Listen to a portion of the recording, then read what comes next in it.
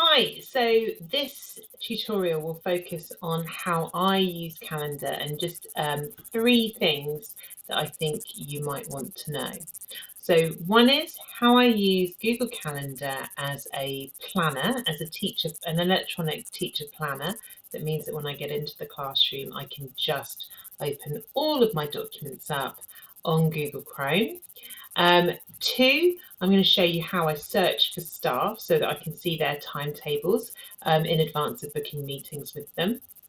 And three, I'm going to show you how to subscribe to a calendar so that you can have other calendars on your Google Calendar. So let's make a start. Okay, so first of all, here is my calendar. And as you can see, I've got these blue areas on here, which is my timetable. Now they're imported from Sims. Okay, so if you use Sims in your school, then it will import your timetable into Google Calendar. Now I used to just open up one of these Sims imported calendar events because it's got all the times and it's great. You can see that this is generated from sims.net, and I would edit that event. I would just literally all of the things, like if I was going to put in a calendar, a classroom link, I could open up a classroom. It'll take a while. Okay, like my example classroom, and on classwork where I've got those bits, I could copy the URL and I could paste it into here. Okay, if I had any documents that I wanted to attach, I could attach from my Google Drive any documents that I wanted to insert. So let's go for and there you go, one of those slides. Okay, so it would actually put anything in that I wanted to do. Then I could just save it and it would go in there. So that was the easiest way to be able to use and then write any notes in that I wanted to do. Okay, now that's what I did first of all. Caution on this, this is the simplest way to do it. If you are somebody who needs cover on occasions, as soon as the cover supervisor covers your lesson, this lesson will then disappear. So what I've done is I just ended up duplicating each of my lessons and repeating them every 2 weeks because we're on a 2-week timetable for the whole of term. Just by doing this, as you can see, if I just duplicated this, it would then create another entrance, yeah, which I can just now delete. So this is then the calendar insert that I duplicated. As you can see, I have coloured it. So I've coloured it grey. It actually picked up, as I put in computer science, interestingly, it picked up the computer science picture that we have from Classroom. And you can see that it has where I'm teaching, which is great. So I know where I'm teaching, and it's got my resources for tomorrow. And it's telling me that I've got to assign Seneca. Actually, I've done that. So I can get rid of that at this point. Okay, and you can write as many notes into that lesson as you want to do. So that's my first top tip, is use Google Calendar like it is like it's a planner. And I think and for me it works ever so well. Secondly, just to highlight something that you might have noticed, if you are having meetings, this take meeting notes is a new feature that's just literally, and I'm recording this on Wednesday, come out today. And it's a way that if you are scheduling an event, so if I just create a meeting with someone, now say I wanted to create a meeting with Rachel, I need to be able to, Rachel Gall, who's on our course, I need to be able to make sure that we're both available. Now, how do I do that? So I search for her. So I can put in anyone's email in the whole of the trust, and you can see there that her timetable comes up over the top in brown. She's brown, and that's shown by the brown around her name there. And I can see when we're both free. Now it looks to me like we're both free during this slot here. Okay, and during this slot here. That's interesting. So maybe I could then create a meeting, Rachel and Fiona meeting. Okay, and it automatically adds her in because it knows that I'm searching for times when she's also available.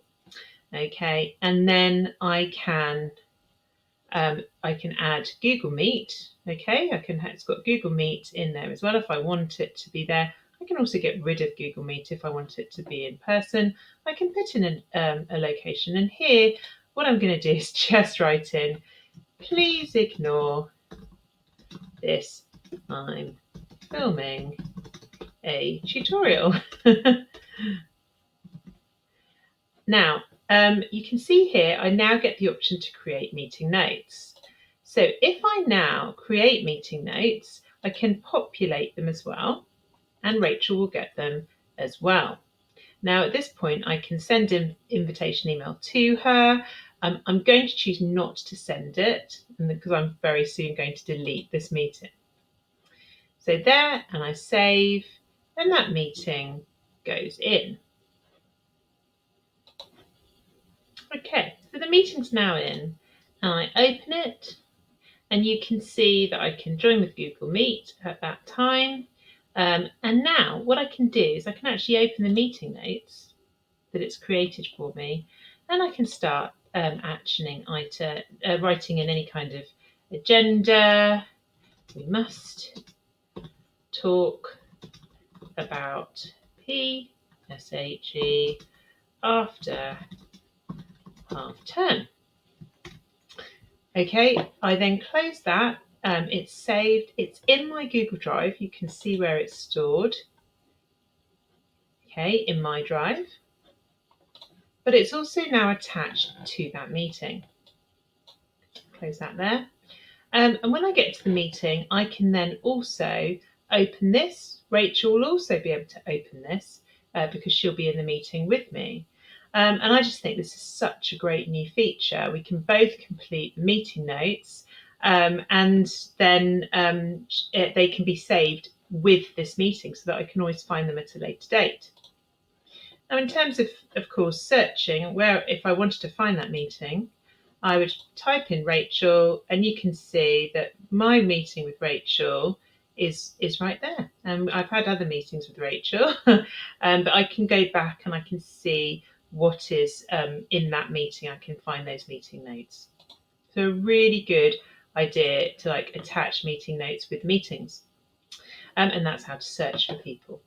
Okay, so the final thing that I want to show you is then how to subscribe to other calendars. Now, I've deleted my school calendar deliberately from my Google Calendar in order that I can put it back in.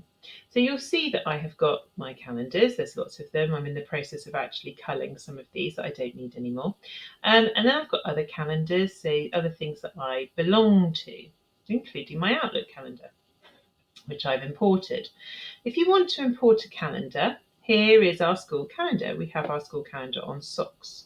What I would do in this particular one is I need to find the URL of that calendar. I need to subscribe to it. So we're here.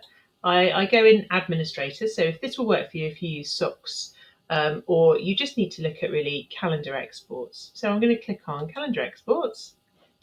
And you can see I get different options here. I'm going to go for select parts of the calendar to export. I can then go down and I can say, right, I really want the prep school, the senior school, the sixth form. I want the staff calendar, really. Parental events are really useful for me too. My daughter's in year 10. Or I'd like to know about school trips that are going on. And probably the NHSA. And I will go here for some other events, competitions, and training.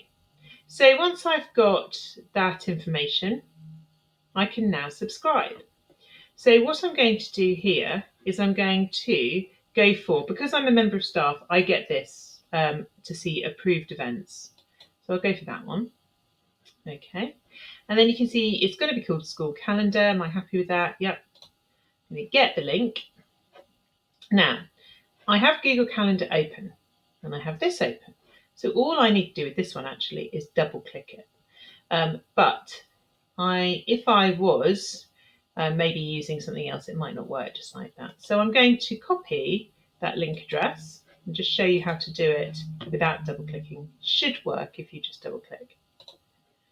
Okay, so here in other calendars, I'm going to add another calendar from a URL, and then I just paste it in and I add the calendar.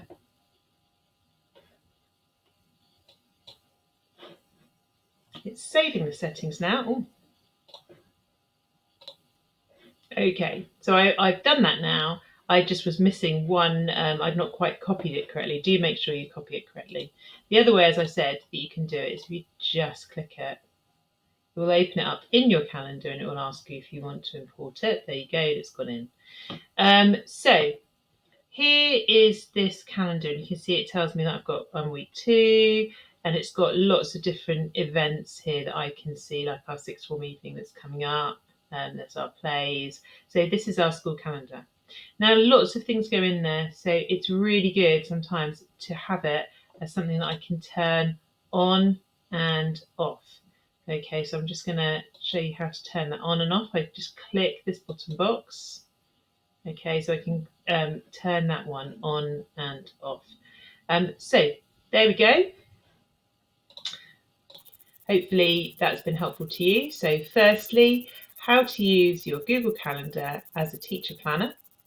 Secondly, how to search for colleagues, create events and use meeting notes. And thirdly, how to import calendars and subscribe to calendars from elsewhere.